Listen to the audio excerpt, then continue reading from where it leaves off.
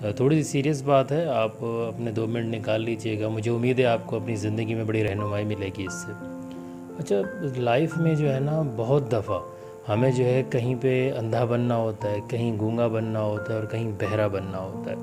اچھا، اس کی جو تشریح ہے وہ مختلف انداز میں مختلف جو ہمارے بزرگ گزرے ہیں تاریخ میں ان لوگوں نے کی ہے۔ لائف اسی طریقے سے نا، لائف میں ڈیفرنٹ فیزز آتے ہیں اور ہر فیز ایسا لگتا ہے کہ یار یہ فیز شاید بس اب زندگی ایسی رہے گی، پھر اچانک سے کوئی اس طریقے کی تبدیلی آ جاتی ہے لائف میں، ایک ماحول میں، کہ آپ کی لائف کا فیز ٹوٹلی چینج ہو جائے گا۔ اچانک فار ایگزامپل کوئی غم ملتا ہے اور ایسا لگتا ہے اب تو زندگی اس غم میں گزرنی ہے، لیکن پھر سڈنلی ایسا کچھ ہوتا ہے کہ وہ غم ایک گزرا ہوا فیز بن جاتا ہے، آپ ایک نئے ماحول، نئی روٹین، نئی لائف، نئے مسائل میں آ جاتے ہیں۔ سیم یہی حساب خوشیوں کا ہے، کوئی ایسی خوشی کی انوائرمنٹ بن جاتا ہے، آپ کو لگتا ہے بس اب تو خوشیاں ہی خوشیاں، کامیابیاں ہیں، پھر اچانک سے آپ گرتے ہیں اور پھر پتہ لگتا ہے کہ ایک نیا فیز لائف کا جو ہے وہ شروع ہو گیا ہے۔ تو life is totally about phases, کہ آپ کی لائف جو ہے نا وہ کبھی بھی یوں سموتھ نہیں چلے گی، یہ تو آپ اپنے ذہن میں رکھ لیں،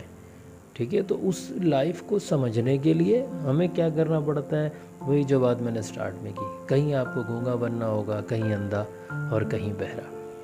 میں یہ نہیں کہہ رہا کہ آپ سچ نہ بولیں، بس میں یہ کہہ رہا ہوں کہ آپ وہ بولیں جس میں بھلائی ہے، آپ وہ کریں جس میں بھلائی ہے، آپ کے لیے بھی اور آپ کے ارد گرد جتنے بھی لوگ رہتے ہوں ان کے لیے بھی۔ ان کا کہنا یہ ہوتا ہے کہ یار ہم تو دل کے بڑے صاف ہیں، ہم تو دل کے بڑے اچھے ہیں، اور اس وجہ سے ہم جو ہے وہ فٹافٹ، میں تو بھائی جو دیکھتا ہوں وہ بول دیتا ہوں، جو سنتا ہوں میں تو وہی کہتا ہوں، میں تو سچا ہوں۔ دیکھیں، سچ بولنے کا اسلام نے بالکل حکم دیا ہے، لیکن وہ حکم پتہ ہے کس حوالے سے ہے؟ کہ آپ اپنی ذات کے حوالے سے سچ بولیں،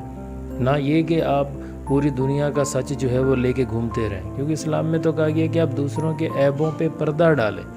جب کوئی موجود نہ ہو تو اس کے عیب کے بارے میں آپ ذکر نہیں کریں، آپ اس کی عزت کی حفاظت کریں، لفظوں میں اگر کوئی کسی کے بارے میں کوئی بات کر رہا ہے تو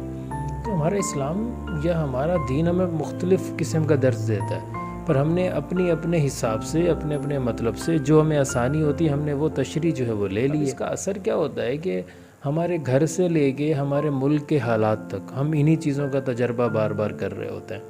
فار ایگزامپل، بھائی کی بھائی سے لڑائی ہوگی، بہن کی بھائی سے ہوگی، کزن کی کسی کزن سے ہوگی، کسی رشتہ دار کی ہوگی، واٹ ایور، ایک سرکل جو ہوتا ہے، کوئی قریبی دوست ہوگا، کوئی نیا کوئی پرانا دوست ہوگا، تو ہم کہتے ہیں کہ ارے فلاں فلاں فلاں فلاں ایسا ہے، فلاں فلاں فلاں کا میں نے یہ دیکھا، فلاں فلاں فلاں نے یہ بولا۔ تو اب وہ چیزیں رشتوں میں کہیں نہ کہیں دراریں ڈالی جا رہی ہیں، اور ہم اپنے آپ کو مطمئن کر رہے ہیں اس غلط سوچ کے اوپر کہ یار میں تو شاید کھرا بندہ ہوں، میں تو سچا بندہ ہوں، میں اسی لیے ٹھک جو ہے وہ ہر چیز یوں پھٹک کر کے ہر کسی کے سامنے بولتا کرتا رہتا۔ تو ہمیں ایسا بالکل نہیں کرنا۔ ریسرچ سے کہتے ہیں کہ when you think you are mature, so on that day you will become mature۔ جس دن آپ یہ سوچنا شروع کرتے ہیں کہ میں آج سے میچور ہوں، اس دن سے آپ میچور ہو جاتے ہیں۔ تو یہ ریسرچ کہتی ہے جس دن آپ یہ سوچنا شروع کریں گے کہ میں آج سے سمجھدار انسان ہوں، اس دن سے آپ ایک سمجھدار انسان بن جائیں گے۔